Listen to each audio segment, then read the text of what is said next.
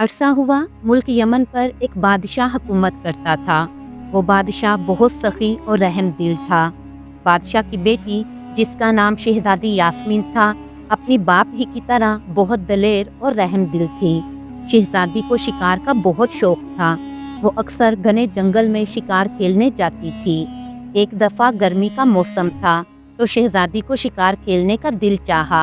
हुक्म की देर थी और तमाम इंतजामात हो गए और शहजादी अपने चंद मुहाफिजों को लेकर शिकार के लिए चल पड़ी। सारा दिन शहजादी शिकार में मसरूफ रही। कई चीते और शेरों का शिकार किया। आखिर शाम हो गई और काफिला वापसी के लिए रवाना हो गया। अभी रास्ता आधा भी तय नहीं हुआ था कि अचानक कहीं से एक खूंखार शेर ने शहजादी पर हमला कर दिया। हमला इतना अचानक था कि शहजादी अपने बचाव के लिए कुछ ना कर सकी और घोड़े से नीचे गिर गई। शहजादी के ज़मीन पर गिरते ही शेर ने दोबारा शहजादी पर हमला करना चाहा, लेकिन अचानक कहीं से एक कुल्हाड़ी उड़ती हुई आई और सीधा शेर के सीने में पेवस्त हो गई और शेर वहीं ढेर हो गया। सब कुछ इतना आनन फानन हुआ कि मुहाफिजों को संभलने का मौका ही ना मिला। शहजादी यास्मीन बेहोश हो चुकी थी। शहजादी की जान तो बच गई थी, लेकिन उसे काफी गहरे जख्म आए थे। इतने में सामने से एक खूबरू नौजवान, जो हुलिये से एक लकड़हारा मालूम हो रहा था, आता हुआ दिखाई दिया। दरियाफ्त करने पर मालूम हुआ कि उसका नाम सैफ था और वो एक लकड़हारा था। शाही खादमाओं ने आगे बढ़कर शहजादी को बग्गी में डाला और मुहाफिज सैफ को लेकर महल की तरफ चल पड़े। जब बादशाह को इस वाक़ये का इल्म हुआ तो बादशाह ने फौरन उस लकड़हारे को दरबार में हाजिर होने का हुक्म दिया। लकड़हारा दरबार में हाजिर हुआ तो बादशाह ने खुशी और तशक्कुर भरे लहजे में उससे दरियाफ्त किया कि वो शहजादी की जिंदगी बचाने के बदले में जो चाहे वो मांग सकता है। तो लकड़हारे ने कुछ झिझकते हुए कहा, जान की अमान पाऊं तो बादशाह सलामत अर्ज करूं। तो बादशाह ने कहा, इजाजत है। तो लकड़हारे ने कहा, बादशाह सलामत, मैं शहजादी यास्मीन से शादी करना चाहता हूँ। बादशाह को ये सुनकर बहुत दुख हुआ कि वो कैसे अपनी नाज़ों पली बेटी की शादी एक लकड़हारे से कर दे, लेकिन वो मजबूर था क्योंकि वो अपनी जुबान दे चुका था। बादशाह ने अपनी बेटी की शादी उस लकड़हारे से इस वादे पे कर दी कि वो भी उनके साथ महल में ही रहेगा। लकड़हारा मान गया। दोनों की बड़ी धूमधाम से शादी कर दी गई। घर घर चिराग जलते रहे, हर तरफ नकारे बजते रहे और हर आला अदना खुशियां मना रहा था, क्योंकि उनकी अकलौती शहजादी की जान बच गई थी और उसकी शादी भी हो गई थी। कई दिन तक शहजादी की शादी की खुशी में जश्न मनाया जाता रहा। वक्त इसी तरह गुजरता चला गया, मगर शहजादी की शादी के कुछ ही अरसे बाद शहजादी की तबीयत खराब रहने लगी। वो दिन ब दिन कमजोर होती जा रही थी। बादशाह सलामत और दूसरे दरबारी बड़े परेशान हुए। मुल्क के बड़े बड़े और मशहूर हकीमों ने इलाज किया, मगर कोई फायदा ना हुआ। हत्ता के शहजादी बीमार होकर चारपाई से लग गई। उसने खाना पीना भी छोड़ दिया था। ये देखकर बादशाह बौखला गया कि क्या करे। दूर दूर के मुमालिक से हकीम मंगवाए गए, लेकिन बीमारी का इलाज तो एक तरफ रहा, यही नहीं पता चल सका कि मर्ज क्या है। शहजादी का रंग जर्द पड़ चुका था और उसके जिस्म पर काले सफेद धब्बे पड़ चुके थे। बादशाह ने फैसला किया कि मुल्क के सबसे बड़े नजूमी के पास जाना चाहिए ताकि पता चल सके कि क्या बात है। ये नजूमी शहर से दूर एक पहाड़ी गार में रहता था। बादशाह उसके पास पहुंचा। उसने हिसाब लगा कर कहा, ऐ बादशाह सलामत, शहजादी की बीमारी की वजह उसका शोहर है। क्या? बादशाह उछल पड़ा और कहा, ये किस तरह हो सकता है नजूमी बाबा, मैं आपकी बात नहीं समझा। नजूमी ने कहा, ऐ काबिले एहतराम बादशाह, मेरा हिसाब बताता है कि लकड़हारा असल में एक इंसान नहीं बल्कि एक नाग है, एक इंतहाई खतरनाक और जहरीला नाग। और सुने, जब कोई सांप 500 साल का हो जाता है और इन 500 सालों में इस पर किसी इंसान की नज़र ना पड़े तो उसे ये ताकत हासिल हो जाती है कि वो जब चाहे इंसान या किसी भी जानवर का रूप धार सकता है।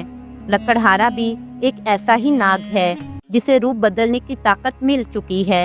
تو بادشاہ نے پریشان ہو کر کہا، نجومی بابا اگر آپ صحیح کہہ رہے ہیں تو ایک بات سمجھ میں نہیں آتی کہ ناگ کو شہزادی یاسمین سے کیا دشمنی ہے۔ نجومی نے دوبارہ ذائقہ بنایا، حضور آج سے 3 ماہ قبل شہزادی یاسمین شکار کھیلنے کے لیے گھنے جنگل میں گئی تھی اور اس ناگ کی شہزادی پر نظر پڑ گئی تھی۔ شہزادی کو دیکھتے ہی یہ ناگ شہزادی پر فدا ہو گیا تھا۔ بادشاہ سلامت، آپ تو جانتے ہیں کہ ایک ناگ اور انسان کا ملاپ نہیں ہو سکتا، یہ قدرت کے خلاف ہے۔ اس لیے ناگ کی شہزادی سے شادی ہوتے ہی شہزادی صاحبہ بیمار پڑ گئی ہیں، اور اگر وہ ناگ مزید شہزادی صاحبہ کے ساتھ رہا تو شہزادی صاحبہ مر جائیں گی۔ بادشاہ نے یہ سنا تو غصے سے کانپنے لگا اور میان سے تلوار نکال کر لہرائی اور گرجا، میں ابھی جا کر اس ناگ کے ٹکڑے ٹکڑے کر ڈالوں گا۔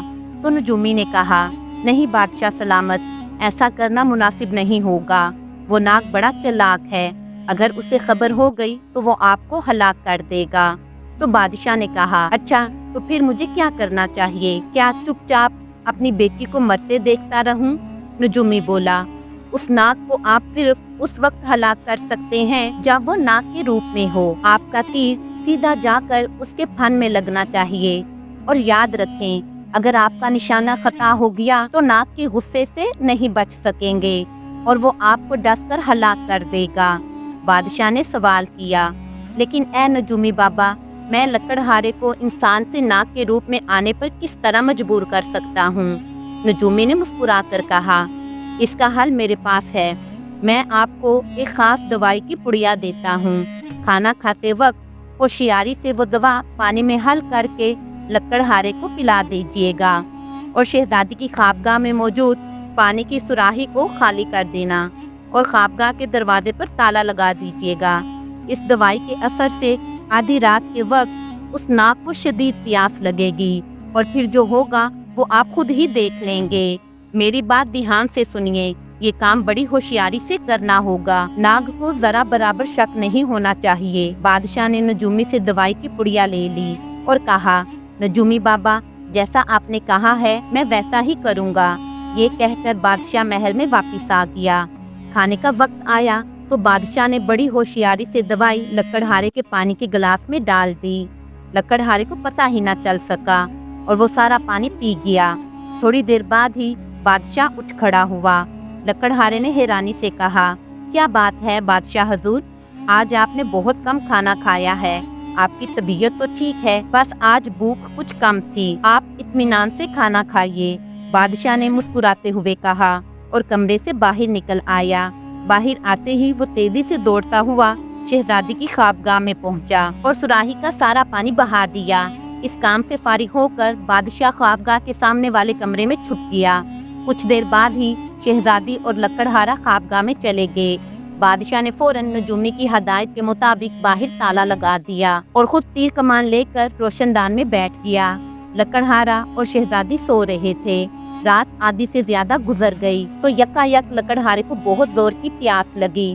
وہ اٹھا اور سراہی سے پانی پینا چاہا، مگر سراہی تو بادشاہ نے پہلے ہی خالی کر دی تھی۔ لکڑہارے نے دروازہ کھول کر باہر نکلنا چاہا، لیکن دروازہ تو بند تھا۔ بادشاہ روشن دان میں بیٹھا یہ سب کچھ دیکھ رہا تھا۔ دوائی کے اثر سے لکڑہارے کو ایسی زبردست پیاس لگی کہ اس کا منہ کھل گیا۔ اسے یوں لگا جیسے حلق میں کانٹوں کا جنگل اگ آیا ہو۔ لکڑہارا پریشان ہو گیا کہ کہاں سے پانی حاصل کر کے وہ اپنی پیاس بجھائے۔ خوابگاہ سے ایک چھوٹی سی نالی باہر کی طرف جاتی تھی۔ یہ نالی گندے پانی کے نکاس کے لیے بنائی گئی تھی۔ لکڑہارے نے فیصلہ کیا کہ ناک بند کر نالی کے راستے باہر جا کر پانی پینا چاہیے۔ وہ دبے قدموں شہزادی کے پاس آیا۔ شہزادی تو گہری نیند سو رہی تھی۔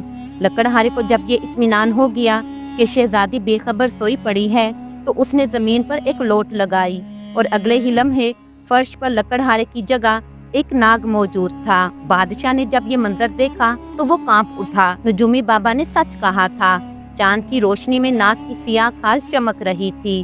وہ بل کھاتا لہراتا نالی کے راستے باہر نکل گیا۔ بادشاہ کو وقت ہی نہ مل سکا کہ وہ تیر چلا سکے۔ بادشاہ جلدی سے روشن دان سے اترا اور گھوم کر باغ میں پہنچ گیا۔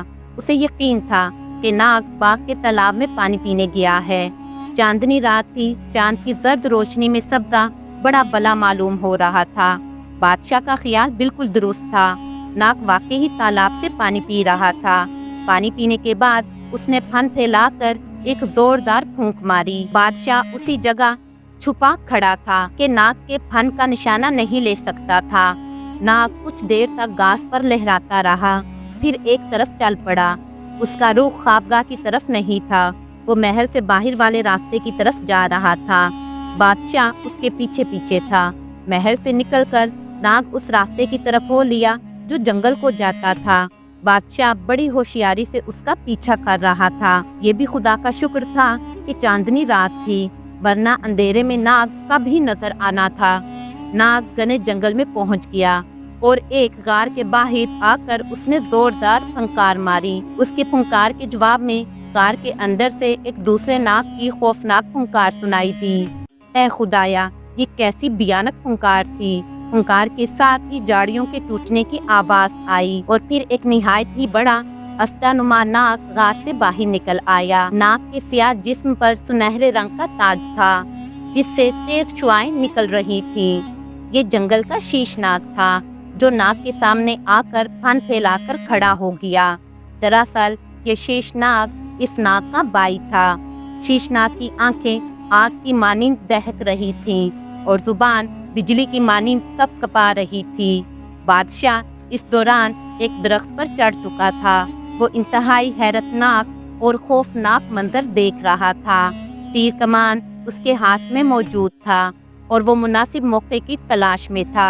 कुछ देर तक वो नाग और शीशनाग आपस में फुंकारते रहे और फिर शीशनाग वापस गार में चला गया और नाग वापसी के लिए मुड़ा।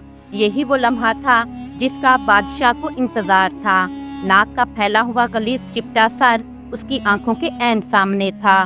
बादशाह ने खुदा का नाम लिया और तीर कमान से छोड़ दिया। हवा को चीरता और सनसनाता तीर नाग के फन के आर पार हो गया। नाग का उठा हुआ सर झटके से पीछे की तरफ जा गिरा।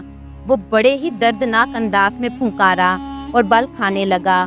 बल खाते हुए नाग ने इंसानी रूप में आने की कोशिश की, लेकिन अभी उसका ऊपर का आधा धड़ ही इंसानी शक्ल में आया था कि उसकी जान निकल गई। नाग की फुंकार सुनकर शीशनाग बड़ा ही गजबनाक अंदाज में फुंकारता गार से बाहर निकला। उसके मुंह से शोले निकल रहे थे जो उसके आसपास की झाड़ियों को जलाकर राख कर रहे थे। बादशाह इस दौरान कमान में नया तीर लगा चुका था। उसने शीशनाग की दाईं आंख का निशाना लेकर तीर छोड़ दिया। तीर निशाने पर बैठा और शीशनाग दर्द से फुंकारने लगा। बादशाह ने दूसरा तीर छोड़ा और नाग की बाईं आंख भी खत्म हो गई। शीशनाग अंधा हो चुका था, उसे कुछ दिखाई नहीं दे रहा था और वो फुंकारे मारता अपना सर बार बार दरख्तों और गारों से टकरा रहा था। बादशाह ने पैर दर पैर तीर चलाकर शीशनाग को हलाक कर दिया और दरख्त से नीचे उतर आया, जहां आधा नाग और आधा लकड़हारा मरा पड़ा था। बादशाह ने गार में जाकर देखा कि कहीं कोई और सांप तो नहीं, मगर वहां तो इंसानी खोपड़ियों और हड्डियों का ढेर था। ये उन बदनसीब मुसाफिरों की हड्डियां थी जो रास्ता भटक कर इस शीशनाग के गार में आ पहुंचे थे और जिनका गोश्त इस शीशनाग ने नोच नोच कर खा लिया था। बाहर आकर बादशाह ने मरे हुए शीशनाग का फन खंजर से चीरकर मनका बाहर निकाल लिया था। सांप का मनका एक बड़े हीरे की मानिंद होता है और इसमें ये खासियत होती है कि ये जहर को चूस लेता है। शीशनाग के मनके को जेब में डालकर बादशाह ने मरे हुए नाग लकड़हारे को उठाया और महल की तरफ चल दिया। जिस वक्त वो महल पहुंचा, रात की तारीकी छटने लगी थी। मुहाफिजों ने जब बादशाह को लकड़हारे और नाग की लाश को उठाते देखा तो वो दंग रह गए। खौफ से उनकी चीखें निकल गईं। बादशाह शहजादी की ख्वाबगाह में पहुंच गया। शहजादी बेखबर पड़ी सो रही थी।